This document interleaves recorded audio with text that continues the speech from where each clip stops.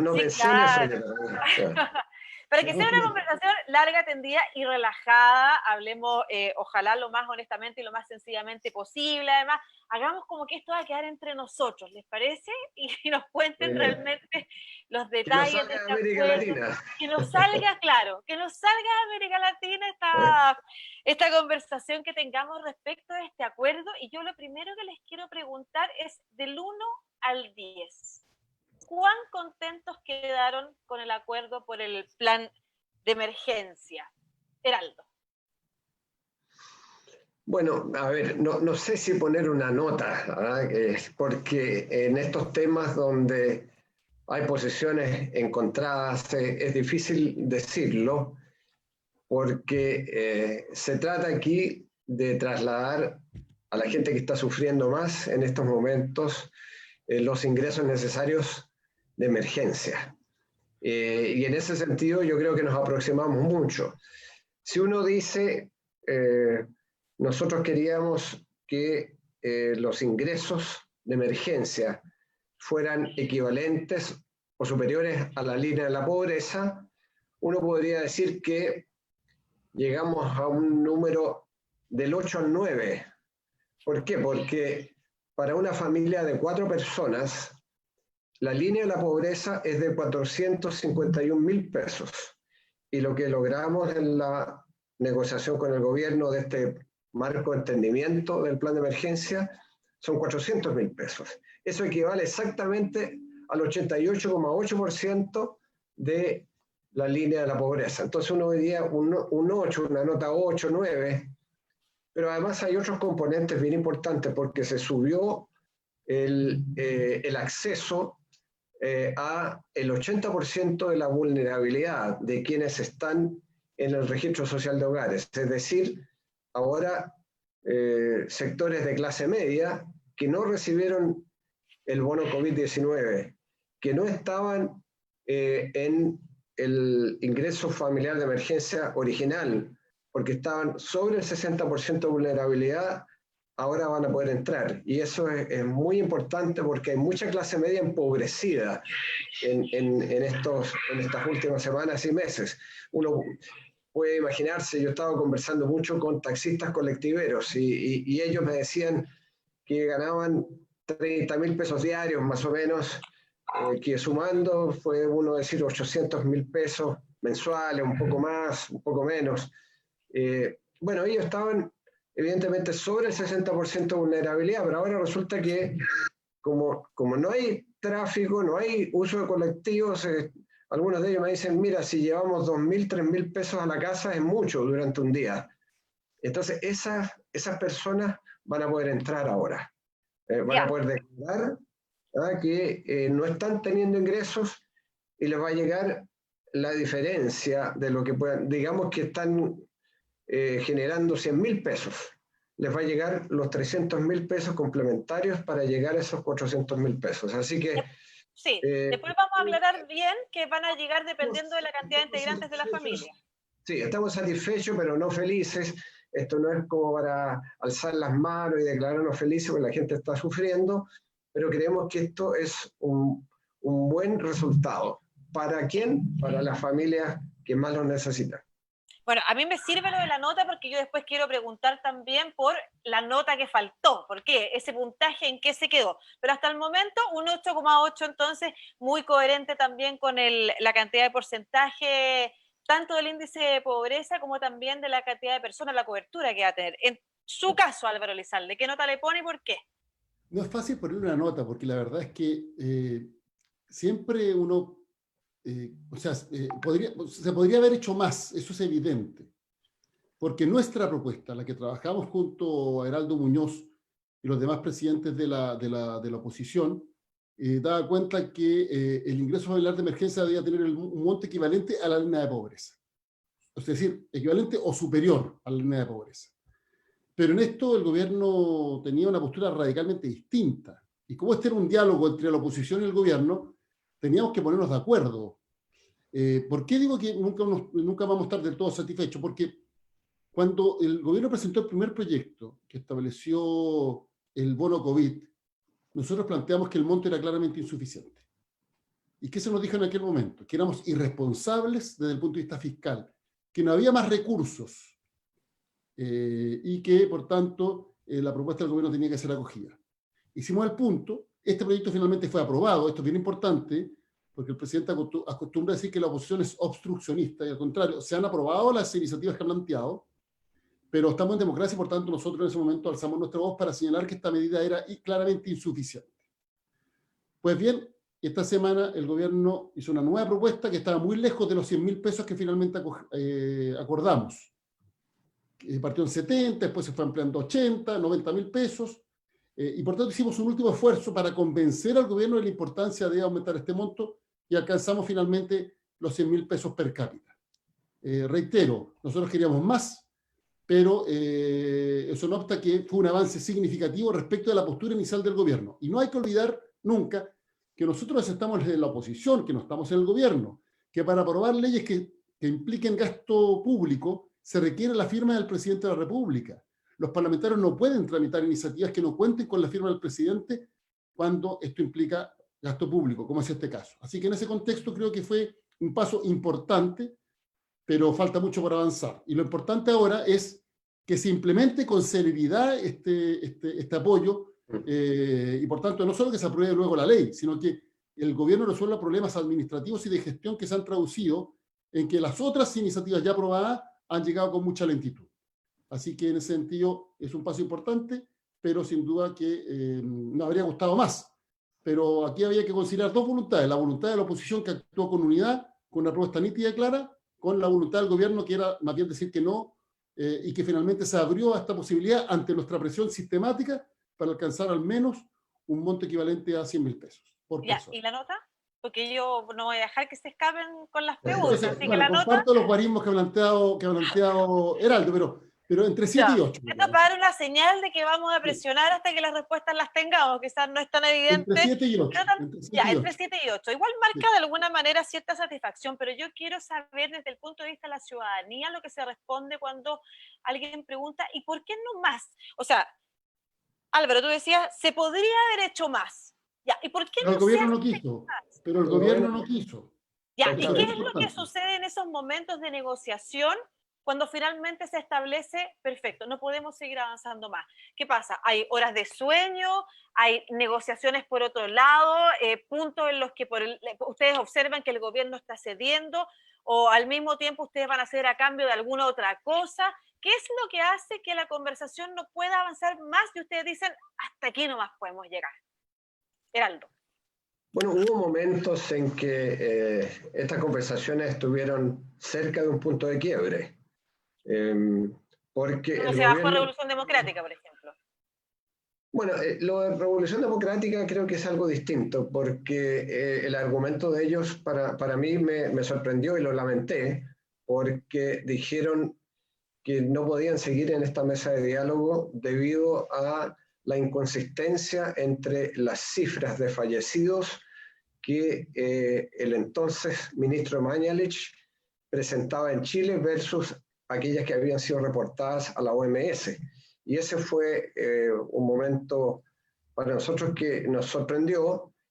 Por cierto, coincidíamos en la indignación frente al manejo sanitario, pero ese fue el argumento de Revolución Democrática. Y bueno, su retiro, por cierto, fue algo que lamentamos mucho, pero tanto el Partido Socialista como el Partido por la Democracia y por cierto la Democracia Cristiana, dijimos, a ver, tenemos que persistir hasta el final, porque aquí lo que está en juego es cómo ayudar a la gente que lo está pasando mal. Y ahí vamos a evaluar entonces si nos quedamos o nos vamos. Y hubo momentos en que el gobierno, como partió con 70.000, 75.000, luego vino un momento, como recordaremos, en que los expertos, los economistas, hicieron una propuesta que parecía estar muy en consonancia con lo que pensaba el gobierno, donde decía que el aporte por persona debiera estar entre 80 y 90.000 pesos. Y el gobierno entonces dijo, 80 a 90 mil pesos y finalmente no quiso moverse a 90 mil pesos y nosotros dijimos que en esas circunstancias no podíamos permanecer en la mesa. Ya, y ahí es cuando se está a punto de quebrar, decías tú. Hubo un momento en que la mesa se estuvo a punto de quebrar. Sí, y también el gobierno dice que se enojó con nosotros porque sacamos una declaración que nos parecía del todo fundamental de expresar con nuestras posiciones, con una declaración de lo que nosotros pensamos debiera ser los objetivos de esta negociación, y el gobierno aparentemente no le gustó, pero teníamos que ser transparentes entre la ciudadanía cuáles eran nuestras posturas. Y bueno, también ese fue un punto de tensión, pero creo que el mayor punto de tensión fue cuando el gobierno no flexibilizaba su postura en algo que nosotros creíamos que era fundamental. Y luego habían otros temas, habían otros temas bien importantes. Por ejemplo, nosotros decíamos que había que atacar la pandemia cambiando la estrategia, que no podía ser simplemente curativa, sino que tenía que ser preventiva fundamentalmente, y que había que colocar plata para eso. ¿Para qué? Para fundamentarse en la red de atención social, de atención primaria, y luego testear más trazabilidad, que nos parecía absolutamente fundamental, de los contactos de las personas infectadas, y finalmente el aislamiento en residencias sanitarias si era necesario a quienes no podían hacer la cuarentena en sus casas. Y que para eso había que poner plata, y el gobierno finalmente cedió en eso, colocando 400.000 millones de pesos, 400.000 millones de pesos, para justamente fortalecer la red de atención primaria y las tareas de trazabilidad y aislamiento. Vamos a Entonces, conversar sobre eso. había otros temas, y no Sí. solo quizás el más urgente, que era el ingreso de emergencia para las familias.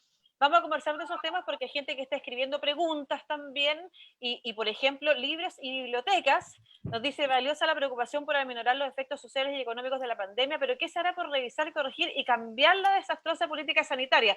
Va un poco de la línea con eso, y en términos parlamentarios hay harto que decir, porque las licencias médicas, por ejemplo, todavía se otorgan a personas que son confirmadas como positivas, y si hoy en día tenemos harta capacidad de testeo, pero lentitud en la entrega de resultados, que están entre promedio 9 y 14 días, quizás ahí hay que también presionar desde el punto de vista legislativo para que se cambien algunos protocolos, quizás, o presionar a ustedes en condición de segundo poder del Estado cuando se trata de sus congresistas.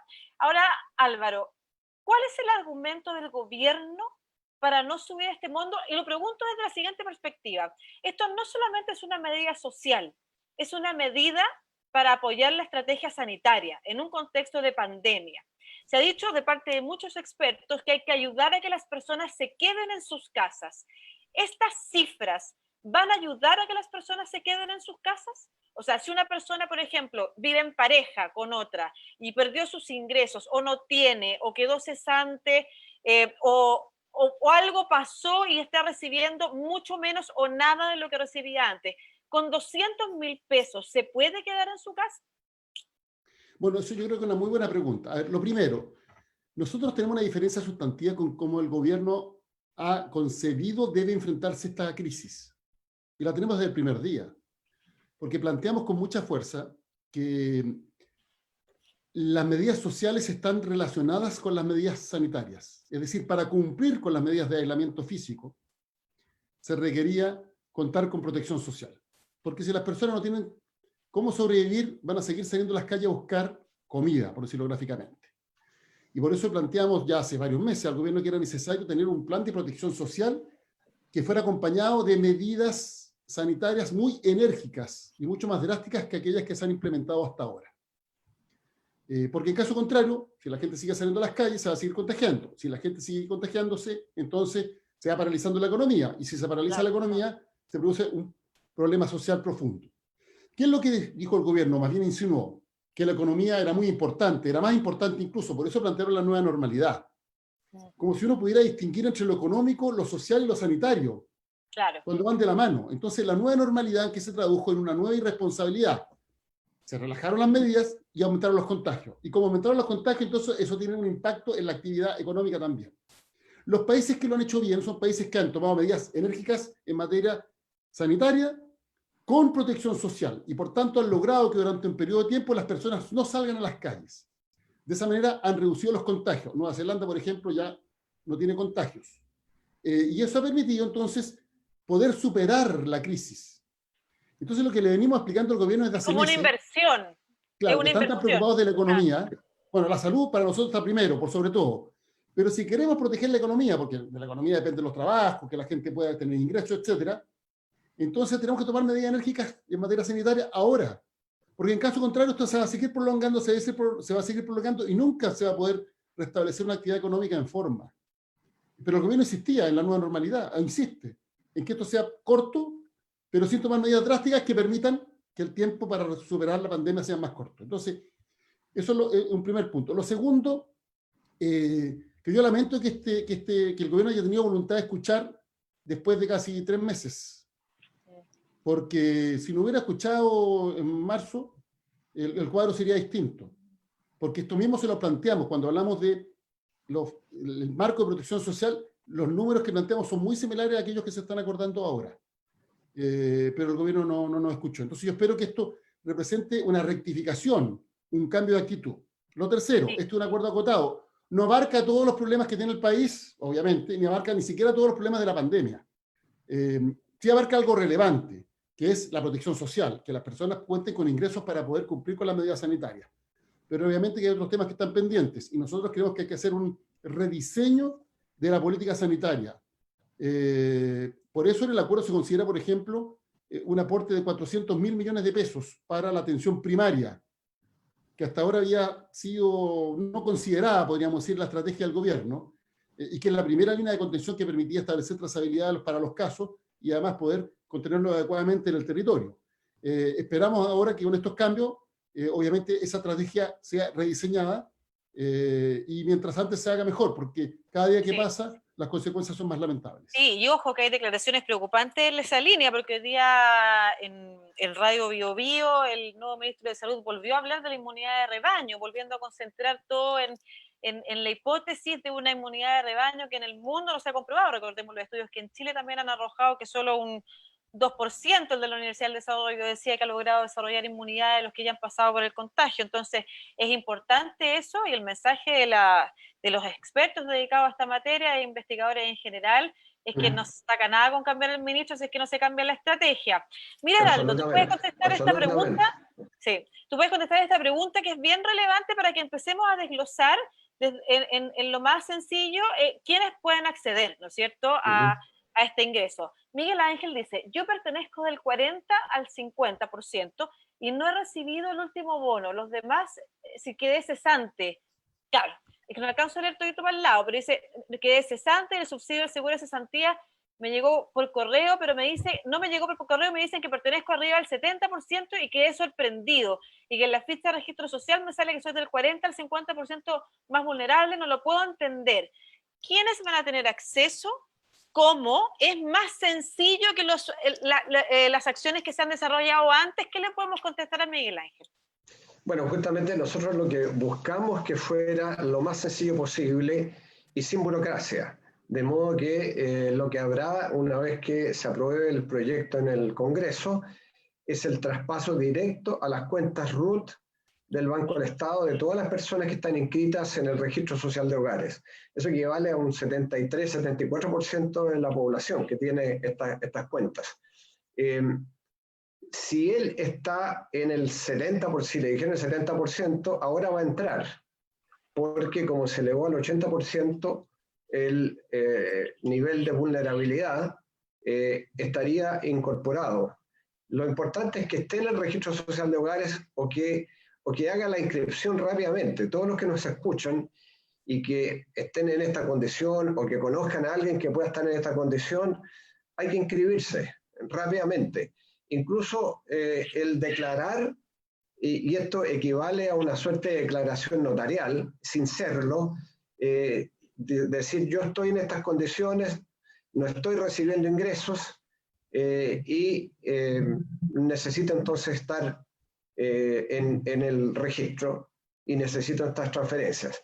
Se hará buena fe de la información que se presenta de modo que las platas le lleguen a esa persona. Si esa persona pudiera estar recibiendo 100.000 pesos, por alguna razón, una pensión, seguro de cesantía, lo que sea, recibirá el complemento de 300.000 pesos si fuera esta una persona que tiene 3 personas más en su núcleo familiar, es decir, 4 personas en total, recibirá la diferencia. Y por lo tanto, lo fundamental aquí es estar registrado rápidamente quienes no lo estén, y los demás van a recibir directamente el depósito en estas cuentas. Hay una excepción para quien no pueda inscribirse, se puede hacer a través del IPS. Entonces hay un mecanismo adicional en caso que esto no funcione, pero debería ser relativamente sencillo, y eso nosotros insistimos. ¿Por qué? Porque hasta ahora los bonos anteriores han demorado mucho en llegarle a la gente, y porque además estaba muy focalizado, y la idea nuestra era que no había que focalizar. Aquí estos son momentos de crisis, le tiene que llegar a todos, sin discriminación. Se llama la atención que estemos en junio. Es muy fundamental. Y que a algunos todavía no le llega, exactamente. Sí, no, y que así que ese es el mecanismo. El mecanismo es depósito directo en las cuentas RUT del Banco del Estado, a quienes estén hasta en el 80% del registro social de hogares de vulnerabilidad del registro. Mencionaste, Heraldo, qué pasa si una persona está jubilada o recibiendo pensión, pero ¿podrías explayarte también sobre el tema de los trabajadores informales para honorarios y para los que están con seguro de cesantía? Bueno, a ver, ese es otro punto importante. Quienes reciben el seguro de cesantía, ahora no va a haber la declinación creciente hasta un 30% luego de desaparecer. Se establece un piso de 55%.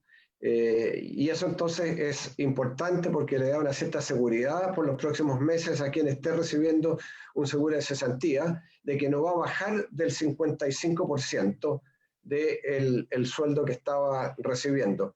Y eso entonces le da una seguridad importante a quienes estén hoy día recibiendo el seguro bajo la ley de protección del empleo. Ya, pero se complementa también. Es bien importante, claro, Lucía, que además no hay incompatibilidad de beneficios. Exactamente. Y ahora la persona que se acogía a la llamada ley de protección del empleo y terminaba cobrando el seguro de cesantía, no podía optar al ingreso familiar de emergencia. A través de este acuerdo, como hay que asegurar 100 lucas per cápita, 100 lucas por cabeza, por decirlo gráficamente, si es que un trabajador está percibiendo el seguro de cesantía en virtud de la ley de protección del empleo, y el monto que tiene para su familia es inferior a los 100.000 per cápita, se complementa la diferencia. Entonces, por ejemplo, se está cobrando 200 y tantos mil pesos, y tiene un hogar de 4, pues bien, se le complementa para asegurar que reciba a su familia los 400.000 pesos. Eso es bien importante. Ahora, ¿y pasa algo con los trabajadores informales y los comunicadores? Todo, es para todos. Es para, o sea, es para todos. Lo otro es que el gobierno insistía en segmentar en su propuesta original, y por eso aprobó distintas leyes, una para honorarios, otra para los trabajadores con vínculo formal, contrato de trabajo, otra para los informales. Pues bien, ahora lo que se hace es que, independientemente de que existan ingresos en virtud de la ley, que se esté cobrando una pensión, que se está obteniendo algún beneficio social, hay que asegurar este piso de los 100.000 pesos per cápita. Y por tanto, no hay incompatibilidad de beneficios y se complementa la diferencia hasta asegurar que toda la familia reciban estos 100.000 pesos per cápita. Perfecto. Por ejemplo, mira, Lucía, te quiero dar un ejemplo adicional. Un colero o una colera que está en una feria y que porque hay ahora cuarentena no puede ir a vender lo que sea, porque hay coleros que venden cualquier cosa. Entonces, esa persona, que puede ser jefe o jefa de hogar, asumiendo que sean 4 personas, puede decir, yo no estoy recibiendo nada, porque no puedo vender nada, no hay ferias y yo no estoy en condiciones de poder vender nada. Entonces esa persona va a poder recibir los 400.000 pesos. Y si esa persona dice, bueno, estoy vendiendo algo porque en la feria, qué sé yo, alcanzo a vender 50.000 pesos y estoy muy mal, bueno, recibirá la diferencia, 350.000 pesos. para compensar y llegar, asumiendo que es de una familia de 4 personas, al nivel de 400.000 pesos. Mira, Entonces, ojalá Miguel Ángel haya quedado más tranquilo porque estaba preocupado. sí, claro, aquí van a estar incluidos pescadores artesanales, coleros, todo tipo de profesionales informales que han caído en sus ingresos o no están recibiendo nada, etc. Aquí la idea es no discriminación, y quien reciba incluso algo de ingreso formal, bueno, se le complementa para llegar al nivel de los 100.000 pesos por persona. Sí, qué bueno que hemos dado toda esa explicación porque Miguel Ángel nos volvió a escribir, está preocupado, nos ponía más detalles de su caso. Lo importante es que es compatible con otros bonos, subsidios o ingresos que estén recibiendo y lo que se otorgan son los delta para hasta lograr el monto que se establece como mínimo, pero también han escrito respecto de 2 preocupaciones importantes. Una tiene que ver con fiscalizar, reducir los permisos para trabajar. Están planteando aquí situaciones que tienen que ver con trabajadores que son obligados a ir igual a las empresas, que es una realidad que no se muestra mucho. Siempre se le echa la culpa a las personas de que no cumplan la cuarentena, pero aquí harto nos han escrito respecto de trabajadores que son obligados a asistir, algunos incluso sin permiso, por no pertenecer a empresas que debieran estar siendo fiscalizadas a propósito de que siguen funcionando. Pero otra preocupación que nos planteaba recién alguien acá tiene que ver con cuánto se cede también en este marco de proyecto, plan de emergencia que incluye finalmente la reactivación respecto de los temas medioambientales. Hay alta preocupación ahí sobre la idea de que se cedió terreno para que en términos de empresas hídricas grandes, por ejemplo, en términos de quizás acelerar trámites que pudieran vulnerar el cuidado del medio ambiente. Heraldo, partamos por ti. Bueno, mira, yo puedo decir con algo de orgullo que el párrafo que se incluyó en el texto de este acuerdo sobre plan de emergencia, lo redactamos nosotros, porque nos parecía que la salida de la pandemia y la reactivación económica tiene que tener un sello verde. O sea, si no hemos aprendido nada de esta pandemia, de la relación entre el ser humano y la naturaleza, quiere decir que estamos muy mal para el futuro. Y por lo tanto, la reactivación tiene que tener un sello verde, y se acordó entonces que la reactivación tiene que subrayar el combate al cambio climático, la inversión en agua potable, en energías renovables, no convencionales, y un conjunto de otras materias que apuntan aquí a un desarrollo sustentable. Y desde ahora, no pensando que, bueno, más adelante veremos. No, en la reactivación tiene que haber este acento, y también en vivienda, en ciudades resilientes, la inversión en obras públicas, etc. Así que eso está allí, y yo creo que es una preocupación perfectamente atendible, porque la inversión pública no puede ser a expensas de, por ejemplo, las evaluaciones de impacto ambiental. Eso sería absolutamente inaceptable. Una cosa es que se pueda agilizar la aprobación de proyectos, y entiendo que el gobierno está desempolvando muchos proyectos de obras públicas que antes no tenían prioridad 1 para justamente generar empleo. Pero esto tiene que ser compatible con la protección del medio ambiente y de la naturaleza. O sea, aprendamos algo de lo que está pasando. Ha sido nuestro mal manejo de la naturaleza lo que nos ha provocado esta pandemia, y vendrán las pandemias futuras. Si estamos a puertas de tener un desastre global por el cambio climático, la sequía de nuestro país de más de 10 años. Hoy día tenemos prácticamente otra pandemia pendiente, si es que no somos capaces de empezar a pensar en un desarrollo distinto, con más valor agregado, con innovación, con ciencia y tecnología, y no simplemente esta visión extractiva en que hemos fundamentado nuestro desarrollo. O sea, puede haber extractivismo, digamos, puede haber que sea un sustento minero de un país como el nuestro. ¿Cómo puede dejar de serlo? Pero tenemos que tener una minería verde también. O sea, Australia es un ejemplo, ¿no? Entonces, yo creo que tenemos que dar un giro muy importante en nuestra estrategia de desarrollo, y tenemos que empezar a dar señales ahora en la reactivación, y no solo después que pase la pandemia. O sea, desde ese punto de vista, para quienes no hayan tenido la posibilidad de revisar el acuerdo completo, tú dices que hay un compromiso de tu parte respecto de que no se cedió en ese terreno para la reactivación económica. Bueno, efectivamente, y como digo, pusimos ese párrafo y ese párrafo es parte del compromiso y eso obliga al gobierno, no solo obliga a quienes hemos respaldado este acuerdo, sino que también obliga al gobierno. Y yo creo que hay que después fiscalizar. Lo dicho, yo leí una declaración del ministro de Hacienda diciendo, bueno, aquí hay una palabra empeñada por parte de la oposición. Es verdad, y las palabras empeñadas se cumplen, pero también la palabra empeñada está del lado del gobierno respecto a todo lo que ahí está. Y también entonces vamos a fiscalizar aquello.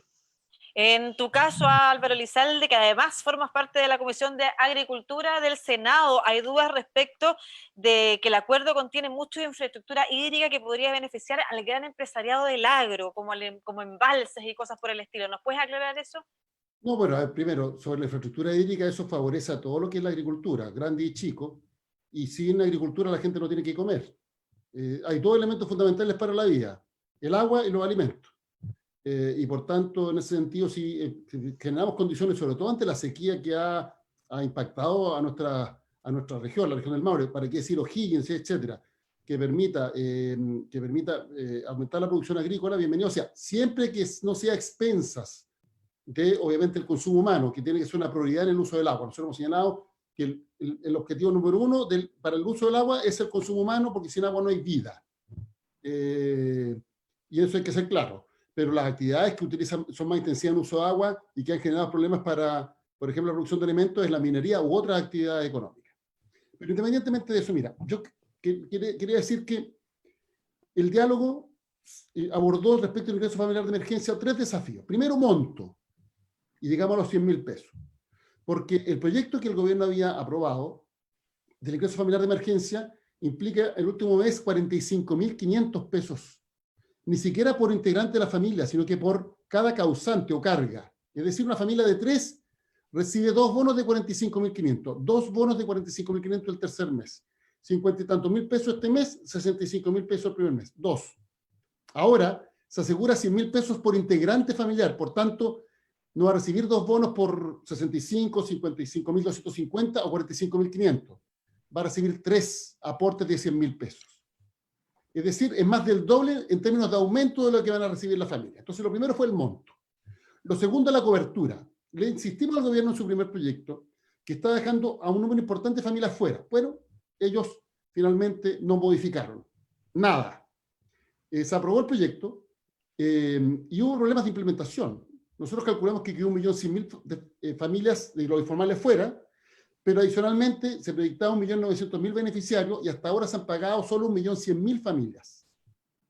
Solo 1.100.000. Entonces, por tanto, está muy lejos de la cobertura que se requiere. Y lo que se acordó, la nueva cobertura es todas aquellas familias que lo necesiten. Todas aquellas familias que lo necesiten. Los que están en el registro social de hogares y ya está acreditada su situación de vulnerabilidad es automático. Pero hay quienes tienen que actualizar su información porque es altamente probable que un hogar que no era vulnerable en marzo, porque tenía un ingreso que estaba sobre la media, pues bien, no han podido generar ingresos en 2 o 3 meses y hoy día sí están viviendo una situación dramática. Y por tanto, ellos también deben ser beneficiarios. Y por tanto, se plantea una cobertura de hasta el 80%. Entonces, el segundo cambio es la cobertura. Y eso está en el marco de acuerdo. ¿Qué es lo que queda pendiente? La implementación. Eso no depende de nosotros, depende del gobierno. Y queda pendiente que los proyectos de ley no vengan con letras chicas. Y de eso nos vamos a encargar. Preguntan acá, hablan de si este es un acuerdo con letras chicas. Sí, después voy a responder eso porque me parece muy importante. Entonces, en la implementación, creemos que el gobierno ha tenido serios problemas de eficiencia. No ha actuado con celeridad en el otorgamiento de los beneficios. El mejor ejemplo es que el ingreso familiar de emergencia se demoró semanas en ser pagado y todavía no se paga a todos los beneficiarios. ¿Para qué decir el bono COVID? El presidente dijo que había una posición obstruccionista, exigió que se aprobara el proyecto finalmente se aprobó y tuvieron que pasar 3 semanas para que se pagara el primer bono, solo por problemas de eficiencia del gobierno. Por tanto, la oposición no ha sido un obstáculo para que estos beneficios, que son acotados, que son reducidos, lleguen a la gente. Ha habido problemas en la implementación por parte del gobierno. Sí, llama la atención desde ese punto de vista. No te quería comentar que solamente llama la atención desde ese punto de vista que estemos en junio, que hayan pasado 2 meses y medio, 3 meses en algunos casos, incluso ya desde los primeros índices de que esto se empezaba a complicar en el país y todavía, o sea, que recién empiecen a llegar algunos beneficios. Eso de alguna manera también va a perjudicar la posibilidad de reactivación y lo pronto que podamos salir de este escenario. Entonces, ¿de qué manera la implementación se puede asegurar mucho más eficiente y rápida en estas condiciones para este bono en particular, para este nuevo ingreso familiar? Bueno, primero hay que aprobar el proyecto con celeridad, pero yo reitero, el gobierno ha tenido una estrategia sanitaria y una estrategia social que han fracasado. A través de este acuerdo se empieza a rectificar, se empieza a corregir estos errores, pero gran parte de esto depende del propio gobierno. Y yo espero que estén a la altura del desafío que tenemos por delante. Respecto Ya, a la letra chica, quiero decir que el acuerdo no tiene letra chica, ninguna. Nuestro temor es que los proyectos de ley que implementan el acuerdo tengan letra chica y ahí obviamente nuestros parlamentarios van a hacer el punto para que los proyectos sean aprobados como corresponde con la redacción que es expresión del acuerdo. Y eso me parece que es muy importante. Ya, pero ¿cuándo podríamos tener ese acuerdo aprobado?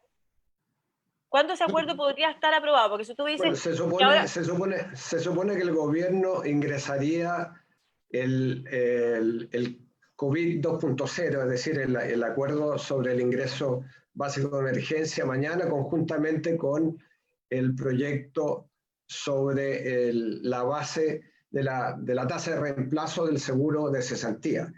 Eso es lo que hasta ahora sabemos. Y bueno, nuestras bancadas están disponibles para discutir estos proyectos y la nuestra por lo menos ha dicho respecto a la letra chica que mencionaba Álvaro, que van a mirar con lupa los proyectos para que se ajusten a lo que ha sido acordado y no hayan ahí cosas extrañas. Ya, Álvaro, ¿querías agregar algo más? No, lo que pasa es que Heraldo hizo mención a un párrafo que efectivamente redactamos en la oposición y ahí el PPD en particular tuvo un rol muy importante, que se refiere al impulso fiscal de este plan que comprende inversión con énfasis verde, mitigación del cambio climático, se acelera el proyecto de inversión pública ligado a construcción de embalse, obras de regadío y agua potable rural, esto es muy importante, plantas desalinizadoras e inversión en energías renovables no convencionales.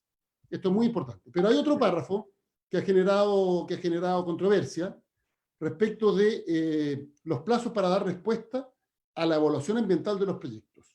Claro. ¿Qué es lo que dice el acuerdo? El acuerdo dice algo muy simple.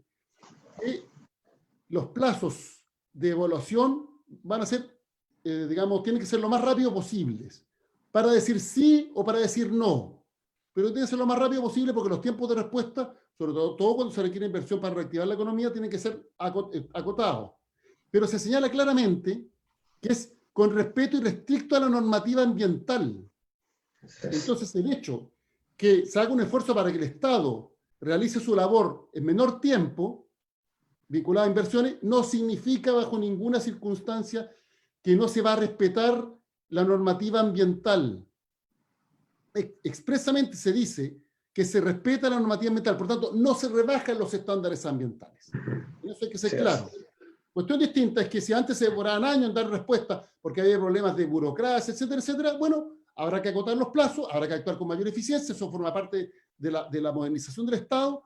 El Estado podrá decir sí o no, si el proyecto cumple con los estándares ambientales, si no cumple tendrá que decir que no y punto, pero se hace un esfuerzo para que las respuestas sean más rápidas y en todo lo que es la burocracia, podríamos decir, respecto a los proyectos de inversión, pero cumpliendo toda la legislación y cumpliendo los estándares ambientales vigentes. Es más, si es que en otras leyes, las leyes ordinarias, se aumentan estos estándares ambientales, se tiene que cumplir con este aumento de estándares ambientales. Entonces, en ese sentido es necesario precisar ese punto. Nosotros, bajo ninguna circunstancia, vamos a aprobar normativas que impliquen saltarse la evaluación del impacto ambiental que tengan los proyectos de inversión. Mónica dice, ¿qué pasa? Nosotros igual. ¿Qué pasa si una familia la componen 2 personas y una recibe pensión básica solidaria y la otra pensión de viudez? Lo que hay que decirle a Mónica es que se le va a pagar el delta hasta llegar al ingreso que consista en 100.000 pesos por persona según familia. O sea, si en esa familia hay 4 personas, son 400.000 pesos que se le tienen que hacer llegar o que se le tiene que conformar en función de estas pensiones, más lo que le llegue el ingreso familiar de emergencia, ¿no es cierto? Eso estamos Así es. en correcto, hemos entendido bien. Se complementa hasta llegar claro. al nivel de 100.000 pesos por persona, y si es de 4 personas la familia, hasta completar los 400.000. Perfecto. Y también a Héctor la respuesta dice, estamos aburridos de escuchar anuncios, lo que finalmente llega a muy pocas personas. Hoy se dice que cambiaron los parámetros, pero mientras se debe pasar por el registro social de hogares, casi la totalidad de los 60.000 taxis colectivos quedarán fuera nuevamente. ¿Quedarán fuera? Tú hacías mención, Heraldo, hace poquito al tema de los colectiveros, por ejemplo. No quedan fuera esta vez, dice Álvaro ahí. No, porque yo he estado conversando con varios sindicatos de colectiveros a nivel nacional, y uno de ellos me explicaba exactamente, creo que algo dije antes, que generalmente diario un colectivero generaba unos 30.000 pesos diarios. Entonces, cuando uno sumaba al mes, uno podía calcular que, 800, 900.000 pesos, una familia de clase media. Sin embargo, hoy día el mismo colectivero me decía, yo saco 2.000, 3.000 pesos. Entonces no tengo condiciones, no tengo ingresos. Alguien me tiene que ayudar. ¿Eh? Y esta es la respuesta. La respuesta va a ser que ese taxista colectivero que está generando 100.000 pesos para su familia, asumiendo que sean 4 personas, ¿eh? Si él, su señora, sus 2 hijos, tiene entonces este ingreso que se va a reducir a 100.000 pesos, hoy día entonces va a tener la posibilidad que se le compense la diferencia y tenga un ingreso de 400.000 pesos, porque ahora el nivel de vulnerabilidad, como se elevó al 80%, lo va a contemplar. Y esos taxistas entonces debieran inscribirse a la brevedad en el registro social de hogares para que reciban estas platas.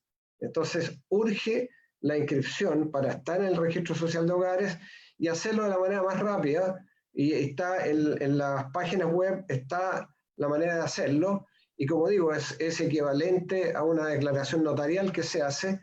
Esta es mi condición, esto es lo que estoy recibiendo, y se le va a complementar la diferencia. La información que ha presentado es verídica. Si no lo hace, si la información es falsa, después habrán consecuencias y multas. Pero hoy día no se va a cuestionar la información de manera ex ante, se hará a posteriori, digamos, y eso es importante porque la idea era que todos deben recibir el financiamiento de emergencia. Vámonos a la perspectiva de género, no solamente para este ingreso, sino que además para la reactivación. ¿Hay políticas que estén pensadas desde esa mirada, Álvaro? Nosotros habíamos planteado que, por ejemplo, gran parte de estos beneficios se pagara a las mujeres dentro del hogar. ¿Por qué específicamente? Hay un número significativo de mujeres jefas de hogar en Chile, pero independientemente de eso hicimos un planteamiento. Ahí el gobierno tuvo una postura distinta. Vamos a ver cuando se tramite el proyecto de ley en concreto cómo se establece la forma de pago. ¿Qué es lo que hemos dicho? Que el pago tiene que ser automático, tiene que ser lo más simple posible. La postulación tiene que ser lo más simple posible. Porque los tiempos de respuesta, si no son acotados, la gente no va a tener que comer, ya no tiene que comer en muchas partes, y para qué decir un par de semanas más. Ahora, yo quiero aclarar un tema que es bien importante. Yo creo que este es un acuerdo que es un avance, lo dije, un paso importante, pero la eficiencia en su implementación, una vez que se aprueben las leyes, depende exclusivamente del gobierno. Y yo espero que el gobierno no cometa los errores que hasta ahora ha cometido en la implementación de las otras iniciativas que se han aprobado hasta ahora por el Congreso Nacional, que han sido muy lentas y que se han traducido en que los beneficios nos lleguen oportunamente a las personas. Y eso me parece que es fundamental de señalar. El gobierno, por tanto, va a tener las herramientas para poder implementar eso, y nosotros esperamos que lo haga de la mejor forma posible. Por cierto, fiscalizaremos la implementación de esta iniciativa, porque nos parece fundamental que los tiempos se reduzcan de manera significativa. Ya, pero ¿por qué, Álvaro? Álvaro, pero habías comentado recién que tenían ustedes la posición de que se le entregara a las mujeres jefas de hogar, o a las mujeres dentro de las familias, a las madres o jefas de hogar, independiente de la composición familiar. ¿Por qué? ¿Y por qué el gobierno presentó otra postura? No, mire, más bien, vamos a ver ahora la redacción concreta del proyecto de ley. Cuando se vea la redacción concreta del proyecto de ley, habrá que establecer los canales más expeditos de pago. Por tanto, que podríamos decir que los recursos lleguen a la familia lo antes posible. Y por tanto, aquellos que están acreditados, que tienen cuenta RUT, etcétera, se les paga a quien corresponde. Ya hay mecanismos a través del cual el Estado realiza pagos. Alterar esos mecanismos de pago significaría mayor trámite burocrático y por tanto que sean más lentos. Respecto de, podríamos decir, canales que hoy día no están establecidos de pago, nosotros obviamente vamos a plantear en la discusión legislativa que se priorice el traspaso de esos recursos a las mujeres que forman parte. ¿Y por qué? Porque, mire, porque hay literatura comparada respecto de las prioridades en el uso de los recursos y esto también siempre hay excepciones, pero las mujeres en Chile actúan con un nivel de responsabilidad que es necesario destacar. Bueno, se dice que cuando se invierte en una mujer, se invierten los hijos de esa mujer también, y a su vez somos menos morosas y mejores pagadoras, dicen al menos esa es la evidencia empírica. El informe, claro, el informe del sistema financiero. Heraldo, ¿y por qué queda fuera el postnatal? Yo le puedo decir... Aprovecha de contestármelo de parte, o sea, junto a esta otra pregunta, que es por qué queda fuera el postnatal de emergencia. Bueno, no, yo lo que iba a decir es que la evidencia empírica que Naciones Unidas tiene, yo estuve de subsecretario general de Naciones Unidas a cargo del PNUD en América Latina y el Caribe durante 3 años y medio, y la evidencia empírica que nosotros teníamos cuando me desempeñé en Naciones Unidas era que justamente los traspasos de financiamiento directo a las mujeres rendían el máximo por la responsabilidad en la ejecución de los gastos. Así que la evidencia empírica de Naciones Unidas nos llevaba a privilegiar que cualquier traspaso fuera a las mujeres y no a los hombres jefes de familia. Hay otro aspecto interesante en este acuerdo, y es que hay un compromiso de incrementar el subsidio a la contratación de mujeres y jóvenes. Eso ya existe, pero el compromiso es incrementar el porcentaje de subsidio para contratar mujeres y jóvenes. Eso también es una parte del acuerdo. Qué buena noticia. Ahora, con respecto al postnatal de emergencia, ¿por qué no se incorporó en la discusión o en la negociación que finalmente derivó en este acuerdo? Bueno, estuvo en la discusión. Yo me recuerdo que nosotros lo pusimos.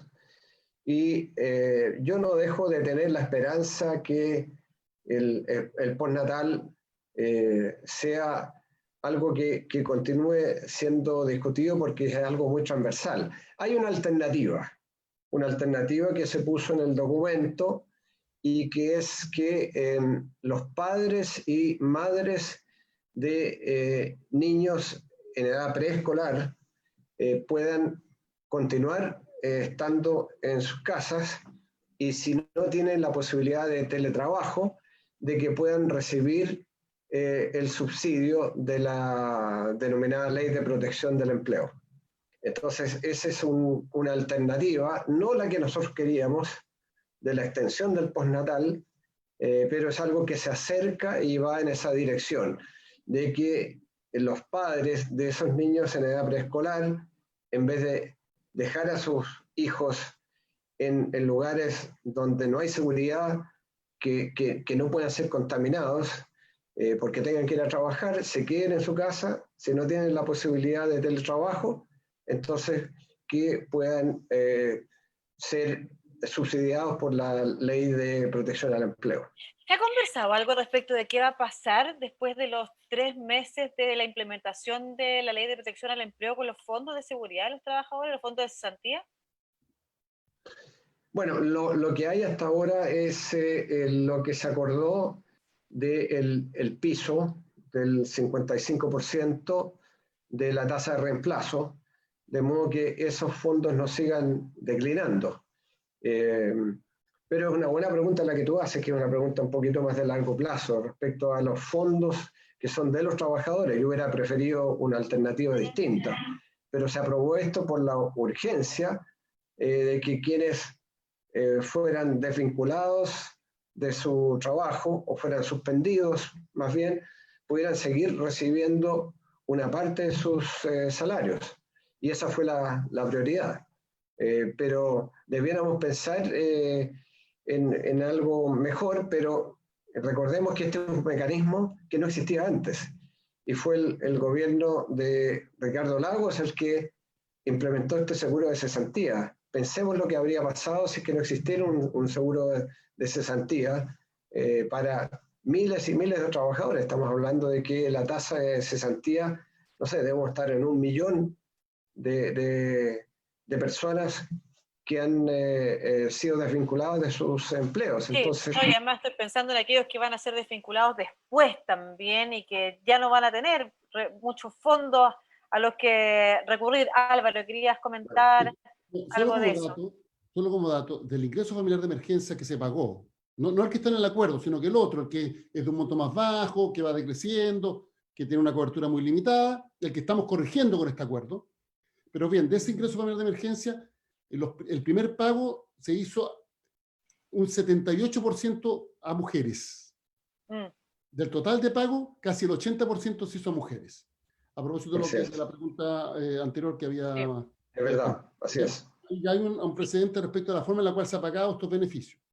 Ahora, respecto de la prolongación eventualmente de la ayuda, etcétera, ahí tenemos que distinguir. Y nosotros esperamos que la pandemia se controle. Es decir, aprobada esta ayuda social, el gobierno puede adoptar y lo debería haber hecho hace mucho tiempo, medidas más enérgicas para evitar los contagios.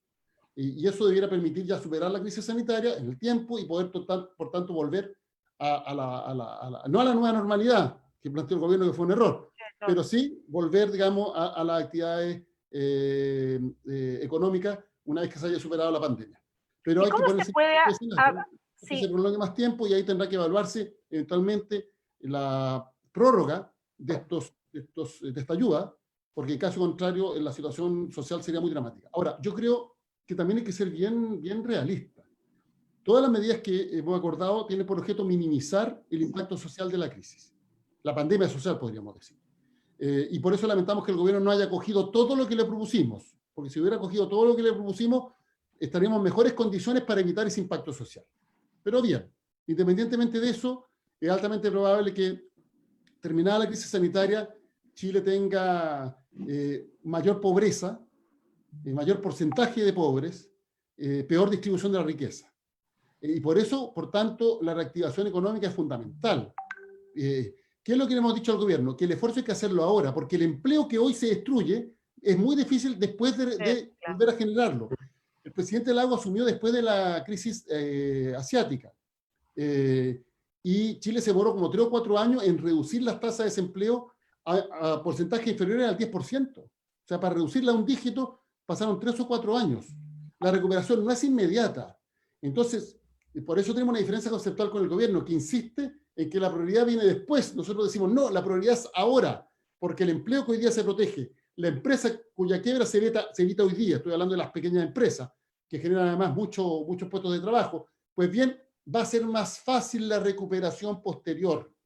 Y por tanto, la protección del empleo tiene que ser ahora. En caso contrario, la reactivación costará más y puede que la economía vuelva a crecer, pero eso no significa que los puestos de trabajo vayan a generarse de manera automática. Y por tanto, el daño social que va a generar esta crisis va a ser de dimensiones enormes. Y ahí tenemos una diferencia conceptual muy profunda con el gobierno. Sí. Vamos a cumplir más o menos 1 hora de conversación. Nos quedan algunas pocas preguntas para esta primera tanda, y espero que durante la semana, quizás, y una vez que se presente el proyecto, en una de esas tenemos la posibilidad de revisar más en detalle aquellas letras chicas que posiblemente pudieran aparecer, y lo comento además porque yo veo que cada vez es más oscura, como que se está oscureciendo en Santiago, y estoy aquí con menos iluminación, así que parece que no me queda mucho, no preví la iluminación artificial en este encuentro. Pero mira, voy a hacer un par de preguntas que nos hace aquí gente que está en la audiencia, para luego pasar a la última parte que me interesa y que tiene que ver con las pymes y las grandes empresas. Juan Pablo Álvarez pregunta, ¿el llegar a este acuerdo está sujeto a no acusar constitucionalmente a Jaime Mañalich? Le vamos a pedir a Aldo que lo conteste. Y la segunda, Bastián Quirós, me gustaría que hubiese una mayor explicación respecto al punto E, dice, respecto a este fondo especial a municipios, y a qué se refieren como grado de vulnerabilidad, si eso queda en la discusión parlamentaria o si ya tiene un parámetro definido, principalmente porque vulnerabilidad podría ser en base a análisis del Ministerio de Desarrollo Social, o podría ser respecto al grado de gravedad con que COVID ha afectado a X comunas en sus sistemas sanitarios y en proporción a la población. Muy bien preparada la pregunta de Bastián, y esa la contesta Álvaro. Partamos con la primera, Heraldo. Bueno, no hay ningún compromiso de presentar o no presentar una acusación constitucional contra el ex ministro Mañalich. Es falso que hubiera habido por parte de los partidos de oposición un condicionamiento del diálogo a la salida del ministro Mañalich. Otra cosa es que nosotros pensamos que la estrategia del ministro Mañalich fue rotundamente fracasada. Una estrategia errática, una estrategia que se basaba en esta idea de las cuarentenas dinámicas y flexibles, y que se focalizaba más bien en la dimensión curativa. Claro. Claro, en esa dimensión el exministro lo hizo bien en el sentido de que juntó muchos ventiladores, camas críticas, pero el punto era parar el contagio, era el enfoque preventivo. Y en eso entonces fue una estrategia absolutamente fracasada, sin ningún apellido. Nosotros finalmente lo que hicimos fue firmar una declaración de 8 partidos donde dijimos que Mañalich debiera dar un paso al costado por su incompetencia, por una estrategia errada, pero nunca pusimos eso como condición en el diálogo con el gobierno. Así que esos rumores no tienen sustento. Ahora nos hemos concentrado más bien en darle una oportunidad al ministro París para que él pueda implementar una estrategia distinta, que se enfatice en la dimensión preventiva, que vaya a una fiscalización de las cuarentenas, a la trazabilidad de los contactos de manera muy importante, porque eso es fundamental para acortar la cadena de contagio, dicen los especialistas. Y luego el aislamiento, las personas que pueden en sus casas está bien, y los que no en residencias sanitarias. Esa es la clave fundamental, y eso es lo que le ha permitido a Nueva Zelanda, que partió al mismo tiempo que Chile, pues está en el hemisferio sur, y hoy día entonces ellos están en la verdadera normalidad. Han vuelto a la actividad económica. ¿Por qué? Porque hicieron el gasto al comienzo. Cuarentenas muy estrictas, testeo enorme, y aunque el ministro Mañalich siempre nos comparaba con América Latina, nosotros hacemos más testeo que América Latina, pero resulta que Nueva Zelanda estaba haciendo el doble de testeo en el mayor punto de testeo de Chile. Y además hacía trazabilidad y hacía aislamiento. Sí. Entonces, eso es lo que tiene que cambiar. Ahora, respecto a una acusación constitucional, insisto, no lo hemos conversado. Yo creo que la materia principal es que hoy día cambie la estrategia y que empecemos a salvar vidas. Pese a que yo creo que en los próximos días y semanas, lamentablemente, porque esto viene todavía con un impulso, vamos a tener números mayores de fallecidos y de contagiados, porque no hicimos las cosas bien hace un tiempo atrás, y como dijo el ex ministro Mañalich, bueno, su estrategia se le cayó como un castillo en naipes. Pero todavía no la cambiamos, ese es el problema. Y como usted bien dice, Heraldo... Ese es el desafío sí, del ministro París. Y como usted bien dice, Heraldo, las cosas que se puedan hacer hoy, las estrategias y las medidas que se tomen hoy, se adopten hoy, van a recién tener impacto en 3-4 semanas. Encontré una lámpara, me voy a iluminar un poco mientras tú, Álvaro, le contestas el tema del punto 3 del punto E de los municipios, a Bastián. Sí. Bueno, el acuerdo implica traspasar 120 millones de dólares a los municipios. Ahora, ¿a qué municipios? Esa es la pregunta. A los municipios que tengan mayor nivel de población vulnerable. Esto no solo tiene que ver con los recursos que dispone cada municipio, sino que también cuál es el tipo de personas que viven en las distintas comunas. Y ahí se ha construido un indicador referido a la vulnerabilidad del COVID-19. Sobre esa base, entonces, se distribuyen estos recursos. ¿Cuál es el sentido? Que reciban estos recursos los municipios que tengan más personas o habitantes que necesiten obviamente de ese apoyo. O sea, por decirlo gráficamente, Las Condes no va a ser la prioridad.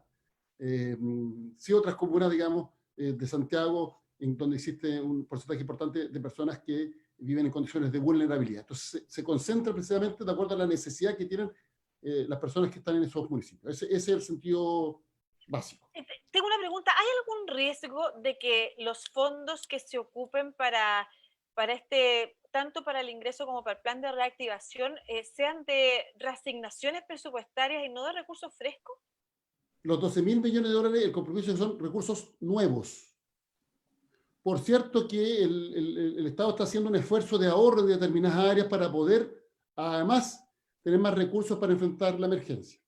Pero estamos hablando de recursos nuevos. La forma de financiamiento puede ser los ahorros que Chile tiene, el Fondo de Estabilización Económico y Social, o el endeudamiento, porque hoy día se está otorgando crédito a nivel internacional a tasas muy bajas. Sí.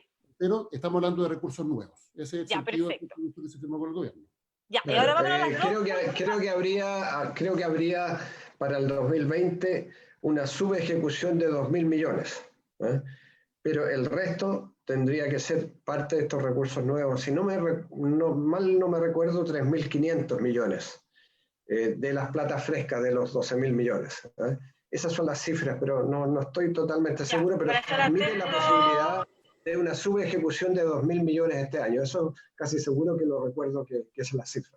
Ya, para estar atento a cuáles son los programas que podrían cerrarse. Por ejemplo, hasta hace poco habían algunas denuncias respecto de programas que tenían que ver con salud mental de niños y niñas. Así que ahí también ojo a los parlamentarios de las bancadas cuando revisen el acuerdo. Ahora quiero enfocarme finalmente en las dos grandes preguntas que se relacionan con... Sí, dale, Álvaro. Lo que pasa es que después, si el gobierno presenta proyectos de ley que son impopulares o que van en contra de nuestras convicciones, muchos van a decir, producto del acuerdo el gobierno hizo esto, otro. Es como lo que se plantea, producto del acuerdo se discutió el tema Mañalich.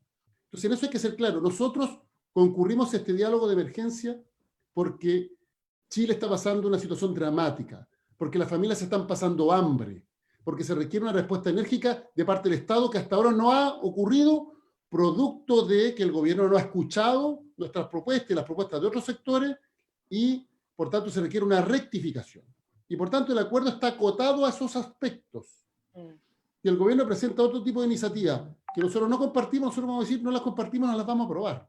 Es decir, esto no tiene nada que ver con temas estructurales de la sociedad chilena. Si el día de mañana quieren plantear algo en educación o quieren plantear algo en materia de seguridad social que no está contenido dentro del plan de protección para la emergencia, pues bien, eso no tiene nada que ver con el acuerdo. Perfecto. Obviamente, si la propuesta, claro.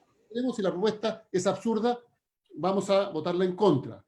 Para que no se genere después el mito, porque se genera el mito como que todo lo que el gobierno va a hacer ahora es producto de este entendimiento. Y lo relevante es que es un acuerdo marco, además, que ahora hay que ver la bajada y cómo se presentan los proyectos luego en el Congreso, ¿no es cierto? Y ahí ustedes van a tener que pedir que se respete el principio que había detrás de cada uno de los puntos acordados.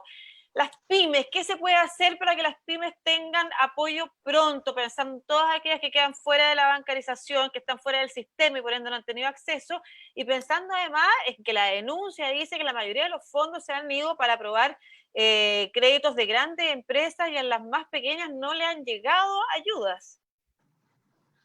Bueno, el acuerdo de este plan de emergencia prioriza las pymes. De hecho, hay una disminución del 50% de los impuestos a las pymes y un conjunto de otros beneficios. De modo que el acento está puesto en las pymes y justamente en las pymes que no están bancarizadas, porque con el FOGAPE tradicional, y hay un compromiso para agilizar también los fondos provenientes del FOGAPE, a través de los bancos se ha priorizado evidentemente a las bancarizadas, a los clientes de los bancos. Y la idea justamente es que se beneficie a todas aquellas que no tienen ese acceso. Y entonces se estableció un conjunto de beneficios, incluyendo la disminución del impuesto de primera categoría de las pymes, y un conjunto de otros beneficios que apuntan directamente a a las pymes, como las garantías sin costo alguno para los créditos de las pymes, a diferencia de las grandes empresas que van a tener que pagarle al Estado por las garantías que eventualmente se le otorguen. Perfecto. Y en el caso de las grandes empresas, Álvaro, también se menciona algo respecto de las llamadas estratégicas. Sí, a ver, sobre las pymes primero, yo creo que el acuerdo podría haber sido mejor, pero gran parte de las propuestas que nosotros hicimos, el gobierno no las acogió. Habíamos trabajado una propuesta de la oposición. ¿Cómo cuáles, por ejemplo? En general, hay todo un tema de fortalecimiento al crédito, que sí está considerado en FOGAPE, pero creemos que no está lo suficientemente estructurado para garantizar que efectivamente esos recursos lleguen a las pymes. Y también, cierto, políticas de fomento productivo que debieran ser rediseñadas, porque vamos a vivir, después de la pandemia, vamos a necesitar un esfuerzo reactivador en donde las pymes van a ser fundamentales. Pero se consideran algunas medidas a favor de las pymes. Lo más importante es que se establezca un espacio de diálogo donde van a ser consideradas para elaborar una estrategia. Y esperamos que en ese proceso de diálogo y elaboración de estrategia, obviamente, se cuente con una política que sea mucho más sustantiva. Respecto a las empresas estratégicas, lo que hemos señalado en general es que nosotros creemos que efectivamente hay empresas, y esto no tiene que ver con el tamaño, esto es bien importante, no tiene que ver con el tamaño.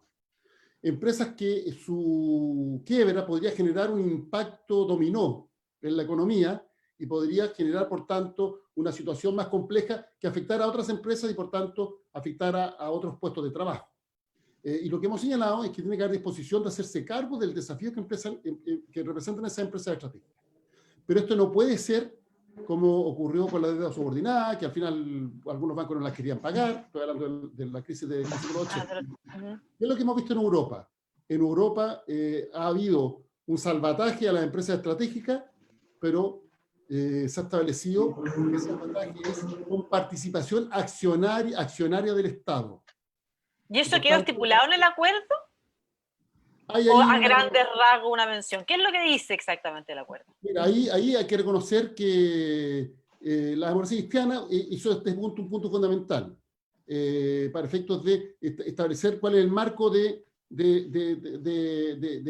podríamos decir, de ayuda a estas empresas que son fundamentales para la economía. No estoy hablando del tamaño, estoy hablando de empresas estratégicas, insisto. Esto es muy importante. Y el gobierno plantea ahí dos alternativas, que es eventualmente la participación accionaria, y la otra alternativa que planteó fuera que fueran obtener crédito con aval del Estado.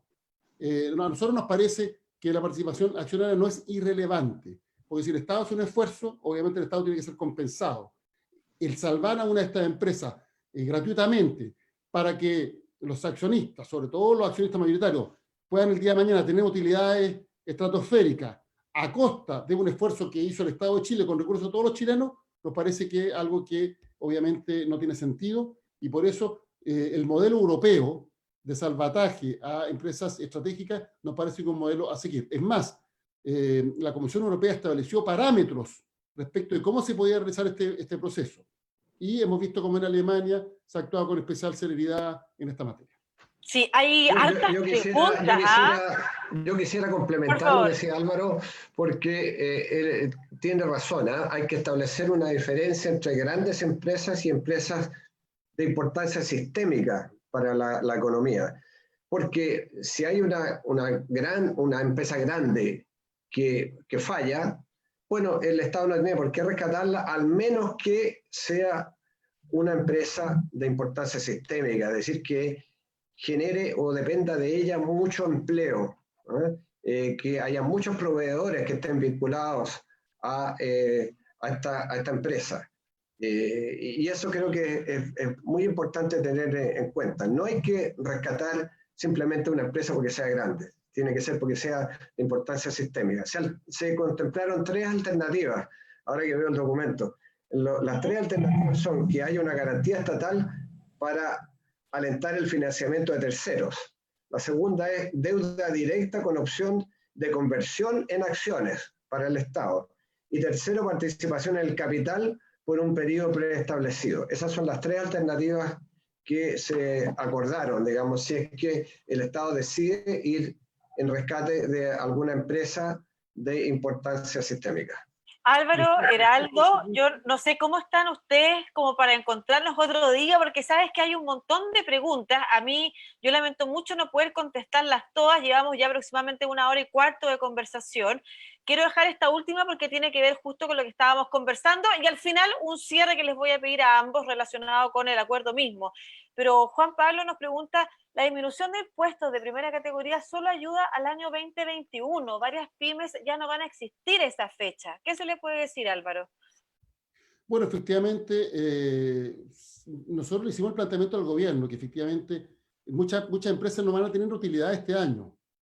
Y por tanto es una norma que en términos de impacto iba a ser muy inferior al que se ha señalado. Ahora, de todas maneras, pensando en el mediano y largo plazo, como va a haber un gasto mayor, hay que establecer un equilibrio en términos de generación de recursos para hacerse cargo de esta deuda pública que se va a generar para enfrentar la pandemia, y eso implica, por tanto, una revisión del sistema tributario en su conjunto.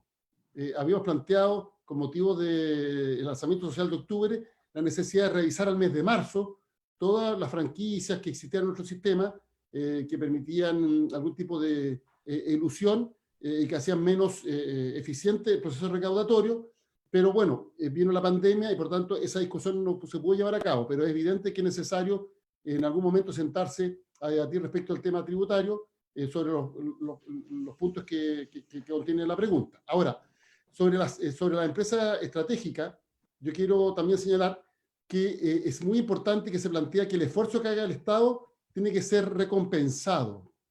Y por tanto, cualquiera de los 3 mecanismos que se han señalado, en definitiva, no es plata que el Estado entrega gratuitamente, como señalé, para que alguien que tiene muchos recursos y que es accionista mayoritario siga teniendo utilidades en el futuro sin ningún tipo, o sea, estratosférica. Sin ningún beneficio para el Estado chileno.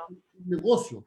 Porque mira, esto es bien importante. En la crisis del 2008, el esfuerzo que hizo el Estado norteamericano para salvar a los bancos, bueno, se tradujo en que gran parte de ese aporte se utilizó para pagar los bonos de los gerentes y directivos de esos bancos, que habían tenido serios problemas de gestión. Y eso es francamente inaceptable. Y en Chile, sin ir más lejos, la banca tuvo utilidades récord. Porque claro, cuando la gente está necesitada de recursos, va a pedirle dinero a quien se lo preste. Y por tanto, se hace en condiciones que son francamente dramáticas para los deudores y con tasas de interés que son altísimas. Por tanto, yo creo que con motivo de esa experiencia, esta vez le hemos insistido al gobierno que se tienen que tomar las precauciones para, como se ha señalado, el Estado obtenga una remuneración coherente con los riesgos financieros en que incurra. Y por tanto, que finalmente el Estado sea recompensado si es que ayuda a estas empresas de estrategia. Y reitero lo que señalé y que también planteó Heraldo, porque Heraldo fue uno de los que más insistió en este punto. Son empresas estratégicas. Pueden ser grandes, medianas, pequeñas. No empresas necesariamente grandes. No se trata de salvar a los grandes porque son grandes. Se trata de salvar a aquellas empresas que tengan un efecto en el conjunto de la economía y que su quiebra pudiera generar un efecto dominó de la quiebra de otras empresas que están vinculadas por el sistema productivo. Ya, vamos ahora cerrando y un llamado al resto de la oposición, partidos que pueden no haber participado de este acuerdo, pero que van a tener algo que decir en la aprobación de los proyectos en el Congreso. ¿Hay conversaciones al respecto, Heraldo? ¿Cómo está la discusión en general de la oposición? Bueno, mira, yo quiero partir en la respuesta diciendo que el gobierno cometió un error al limitar el diálogo sobre este plan de emergencia solamente a los partidos políticos que tienen representantes en las comisiones de Hacienda, ya sea la Cámara o el Senado, porque por ejemplo el Partido Liberal del Frente Amplio estaba dispuesto a participar, tienen parlamentarios y son un partido importante a nuestro juicio, y la impresión que yo tengo es que debieron haber sido invitados y es un error del gobierno no haberlo hecho, ¿no?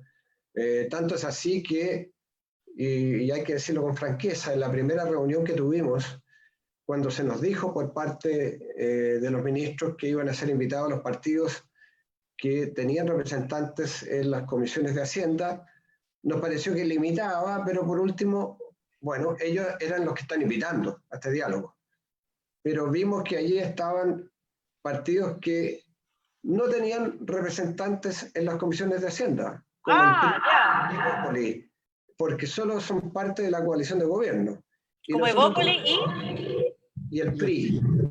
Y nosotros tuvimos que decirlo con mucha claridad y franqueza, cosa que tensionó un poquito el ambiente de esa primera reunión. Pero yo creo que aquí lo que hay que hacer es tratar de ir con la mayor amplitud a que los partidos políticos que entiendan que esto es un avance, que es un gran paso, ¿no? Que no es todo lo que nosotros queríamos y le hemos puesto la nota entre un 7 y un 8, no más. Pero que vean que aquí hay un alivio para la gente más vulnerable y la clase media. Se puedan sumar y aprobar en el Congreso, como el Partido Liberal. Y yo espero que RD ha dado una muy buena señal, porque si bien es cierto que se retiró, y nosotros lamentamos mucho su retiro de las conversaciones, ha manifestado, por lo menos eso es lo que ha dicho su presidenta, y varios de los parlamentarios han dicho que van a aprobar los proyectos porque significan un gran avance y es muy importante para la gente que lo está pasando mal.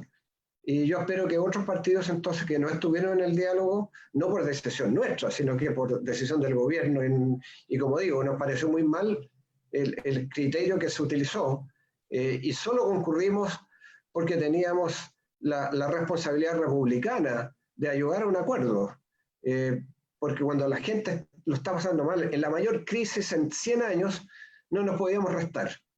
Y yo espero que ahora entonces en el Congreso otros partidos aprueben los proyectos, que los veamos con lupa para que se ajusten a lo que fue conversado en este marco de entendimiento, y podamos entonces tener medidas que signifiquen un alivio importante y que paralelamente se cambie la estrategia sanitaria. Pues si no se cambia la estrategia sanitaria, todo lo que estamos haciendo va a ser poco, si es que sigue el contagio y se extiende los tiempos para volver a la reactivación económica. Sí, quiero decir que al menos ayer en la noche se escuchó un tono distinto en el presidente también cuando agradeció a la oposición y al Congreso. Era algo que no se veía hace bastante tiempo, sobre todo después de haber hecho declaraciones no muy afortunadas respecto de la función parlamentaria.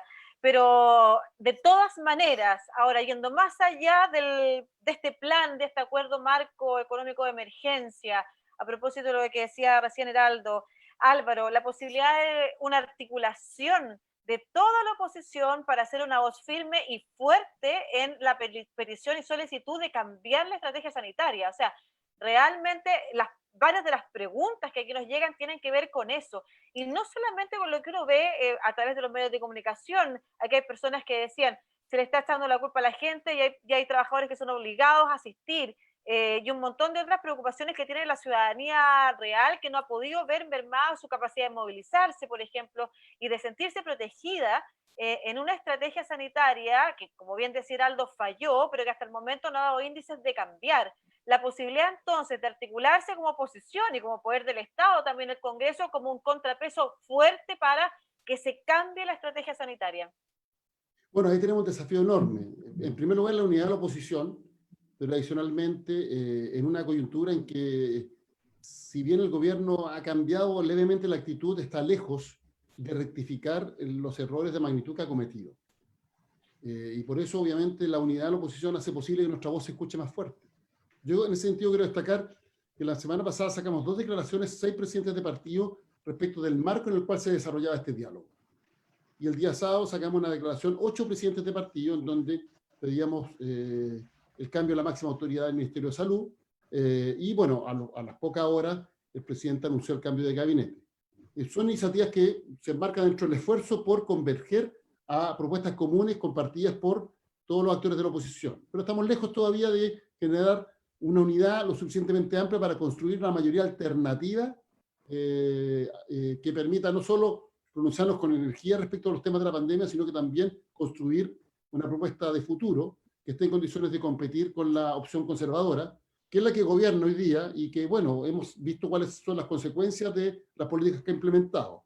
El estallido de octubre y, por cierto, la mala administración de su política sanitaria y social, que ha generado que tengamos efectos muy dramáticos en la calidad de vida de los chilenos en las semanas que estamos viviendo. Así que yo creo que ahí tenemos un desafío importante, relevante, y seguiremos por cierto, realizando todos los esfuerzos necesarios. Quiero destacar en particular la coordinación que hemos tenido el PS y el PPD, que no es suficiente porque la oposición es mucho más amplia, pero ya desde hace mucho tiempo venimos trabajando, coordinando posturas comunes, y en este proceso de diálogo con el gobierno fuimos los que más insistimos en correr el cerco. Y ese cerco lo pudimos correr precisamente porque estos dos partidos se coordinaron. Y bueno, nos habría gustado obviamente que otros hubieran sido parte de este esfuerzo. Y quiero hacer un paréntesis sobre eso. Hasta ahora la estrategia de la oposición había sido: esperemos en el Congreso Nacional las propuestas del gobierno. Y la estrategia del gobierno había sido: no escucho a nadie. Eso se había traducido en algo muy simple. Todos los proyectos del gobierno habían sido aprobados, pero todos esos proyectos eran claramente insuficientes ante el desafío que estamos viviendo. Eso es lo que ocurrió hasta que iniciamos este diálogo. Este diálogo permitió un cambio.